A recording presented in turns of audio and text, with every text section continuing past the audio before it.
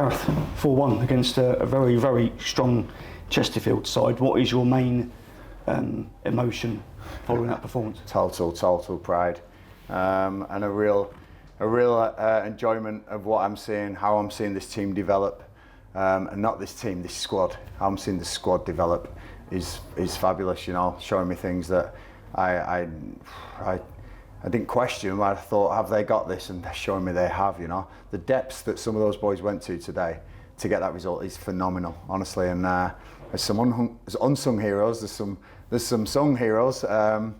It was a really nice performance against a really strong Chesterfield side who are going to be there and thereabouts at the end of the season, without a shadow of a doubt. They're a quality side, so that makes it an even better win. And I think we were solid. It wasn't lucky. It wasn't anything but a quality home performance, and I was really proud of that.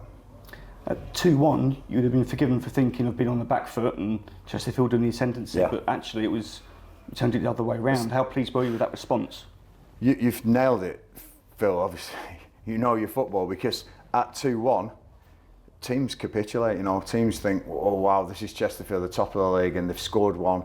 They capitulate and they can. But to show, don't want to swear, the resilience and the strength to come back.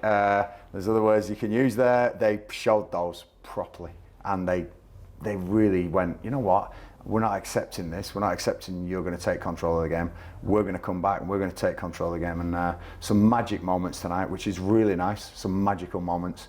But as a squad, the players deserve all the credit. They have run for me tonight. They have run for each other. They've run for this football club and those fans. And the work rate they're showing, they're all good footballers. They've got ability. That work rate and that commitment and that togetherness. I'm really hoping the fans are seeing that now and feeling it. It's like I say, it's a feeling. It's not just a vision. It's a feeling that you feel around the place. Listen, it's a journey, and I keep saying it. It's not going to go perfect all the time, but it went well tonight, and I'm really pleased. There's some real magic moments. You say magic moments. Lenny and Marcus. It's Marcus's first league goal. Correct me if I'm wrong. He scored in the Bristol Street Motors Trophy last season, and Lenny, I didn't expect him to be that far forward, actually. You didn't. But magic moments for those two as well. And this is what I'm saying, you know, Lenny Serino comes, he's suffered with injuries at Blackburn. He's probably been held on too long for his career at Blackburn, you know, to develop. He should have played 50 first team games by now, but he hasn't, and that's his debut. But what a way to cap your debut, you know. I thought he was, he's still some learning for him, and believe me, I'll be going through that with him, because there's some stuff in there he needs to learn. But what a moment for him to go through like that. And I think he's not known for his strength, but he's holding off two defenders, slams it in the goal. And Marcus Wiley, I've believed in that boy, you know. He gives me everything, and that's all I need. That's all I need. So the goal's an extra, and people are saying he's a centre forward, he should score. He came on and he did a job for the team and got his goal. And I think you saw the celebrations at the end around Marcus. The lads love him to bits, and he just said, thanks for believing in me, Gaffer. And I just said, like, it's you, it's not me. You doing this, you know. It's easy to do it when you work like you do. So I'm on a little taking two real, you know, ballsy penalties. Really good that was, you know, to step up and go. Because sometimes the second penalty you're thinking, do I change it up? But I don't usually watch penalties, so I don't know where it went. But I heard the crowd roar, and yeah, it's a proper skipper's performance. And then to see the game out as well, the substitutes that came on. I thought you saw a glimpse of Sam Box, what he's going to bring. I mean, Bradley Dack, he's leading this group, you know, along with Marnie and Connor and people like that, you know. It's an awesome together group at the moment, and I want to keep it that way. One person that would have had to watch the penalties is Matt Cole, or yours, Matt? Very much. The atmosphere was astonishing here. I've not heard it there like that for a very long time. Obviously, I'm sure that's, you know, music to you as well. But it feels like that the fans are buying in, and you promised them this kind of performance. I'm buying into them. You know, I go around the town now and you know, stay up sort of one night a week, and I'm staying in a place, and people are coming over to me going, you know, we feel it, we believe now, and I'm like, this is great, but it's baby steps. It really is. You know, this club has been a mess for not mess, it's a bad word, but it has been really. It's not been achieving what it should have over the last few years, and mistakes have been made, and changes have been made a lot, and I wanted to come in, and Brad and Shannon were great. You know, they backed me and they listened to me and I said, this is what I want to do, and it's a long-term vision. This is not going to be a flash in the pan, and that's why tonight's not a flash in the pan. It's a long-term vision still.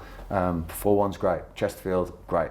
Doesn't make our season. You know, we're going to work hard. We're going to get down to earth and take on a very tough Crewe side on Saturday, because they've 100% record in this league, and I'm looking forward to that. But I might just enjoy the drive home tonight and watch the highlights tomorrow. Of course, you were talking about Marcus Wiley, what a job he's done for you, but that kind of typifies what I saw this evening. I'm sure you did as well. Players doing their jobs, and the back three were absolutely immense. Yeah, honestly, yeah, they were immense. Unsung heroes, you know. I've said a lot about Sam Gale and what I think of him, but Andy Smith and Robbie McKenzie, wow, not a foot wrong today. Really, really assured players.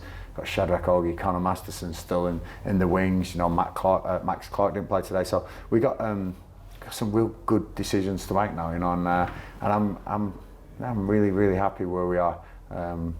It's like I say, Rome wasn't built in a day, and Gillingham's certainly season isn't defined by one result, but it's great and promising scenes today. Could I go back to Lenny Serino as well? I mean, I'm not sure he would have, in his wildest dreams, thought when he played a few games pre-season on trial for you that this will be his debut and this is how it ends up. But tell us a bit more about him. Yeah, listen, Lenny, I know Lenny. He's from Blackburn, and I'm from Blackburn, so I know Lenny. He's been held on to a little bit too long.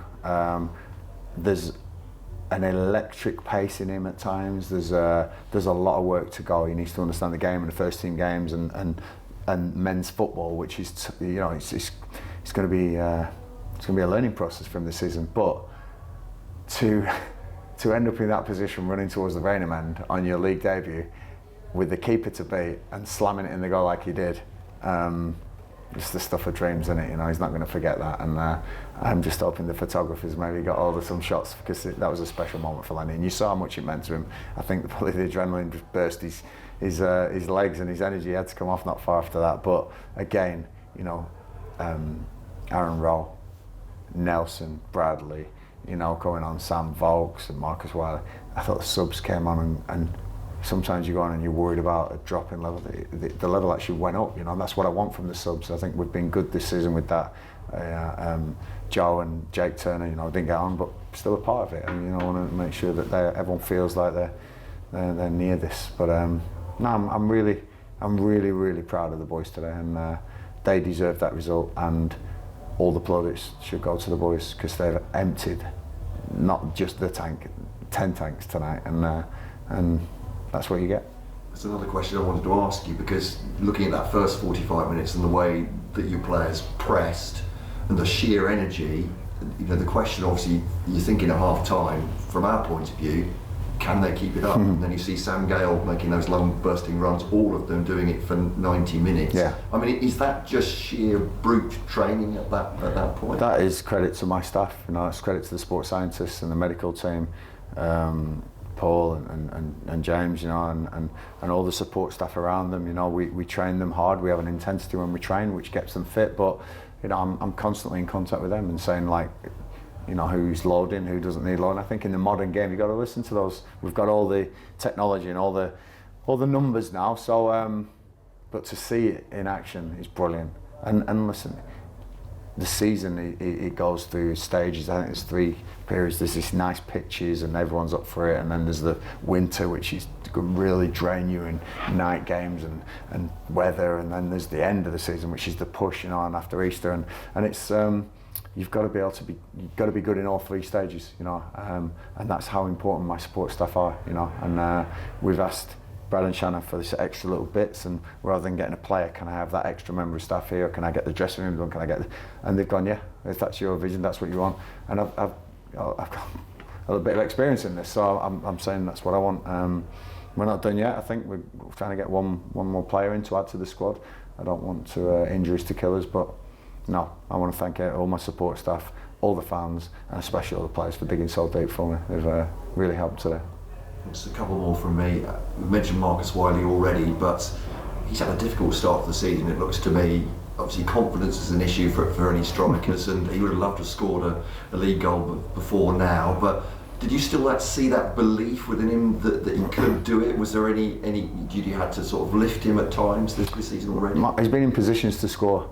I'd be worried if he wasn't in positions to score, and this goal will mean the world for him, I believe in him because he gives everything as a work rate. And Marcus is quite an intelligent boy. He speaks 2 languages fluently, and he's, people won't realise he's fluent in Greek. He's born in Cyprus, so he is an intelligent boy. So he understands that, the confidence it will come. He keeps creating these opportunities, keeps creating these chances.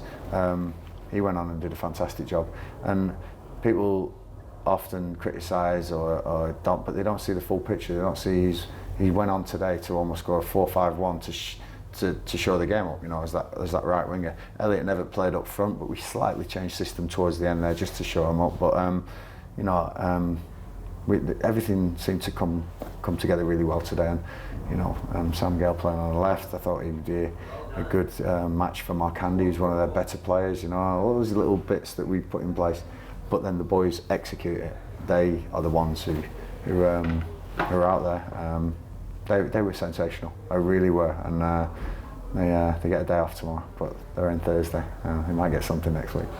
And just finally from me, I think on most other days we'd be talking about your big summer signing, getting his first minutes, Sam Vokes, but he showed some class, certainly didn't he, towards the end there. But how pleased, just quickly, are you to have him out on the pitch? Yeah, Sam Vokes is a quality player. He is, to have him at Gillingham, I think is a real coup for us, and I think he showed some quality.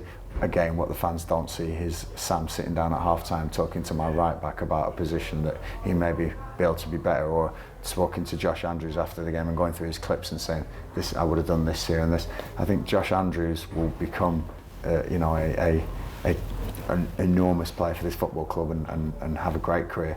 But I think Sam Vokes is that mentor as well as that good player, and we brought him in for that. It's some good touches. I think he's going to get some goals, but again, we've got to be very careful with him because he's getting on a bit, and I'm sure Sam will admit as well he's probably not up for 90 minutes every week. But we'll do it right. And back to my sports science team, they'll manage him well. Cheers. Sounds like Sam's going to be as important off the field as on it this season. Yeah, listen, there's a couple of them. I think Bradley, he's making that transition as well. And that he loves the game, he loves this football club, and we've had plenty of chats about how his role will look. And I pulled him yesterday and said, look, this isn't one for you. You're not going to start this one. And he was fine. He's like, yeah, it's fine. It's your decision.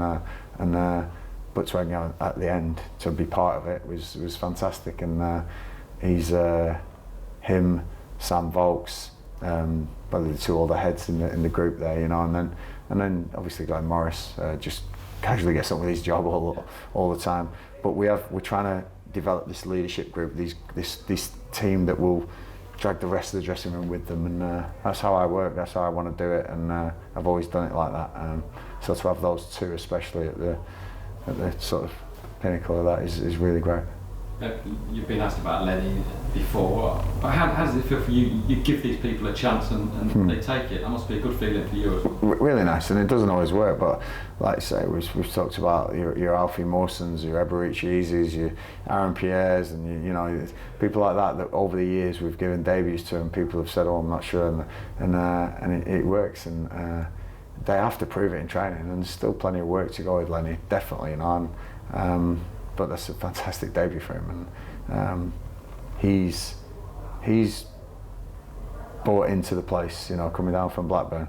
Believe me, I know it's a very villagey place with not much going on up there sometimes, so to come down to Gillingham is quite a life change, and he's had to be patient, but I'm not saying he's the answer yet for anything, but he's definitely a work in progress, and that goal will certainly make him feel a bit more confident in the dressing room.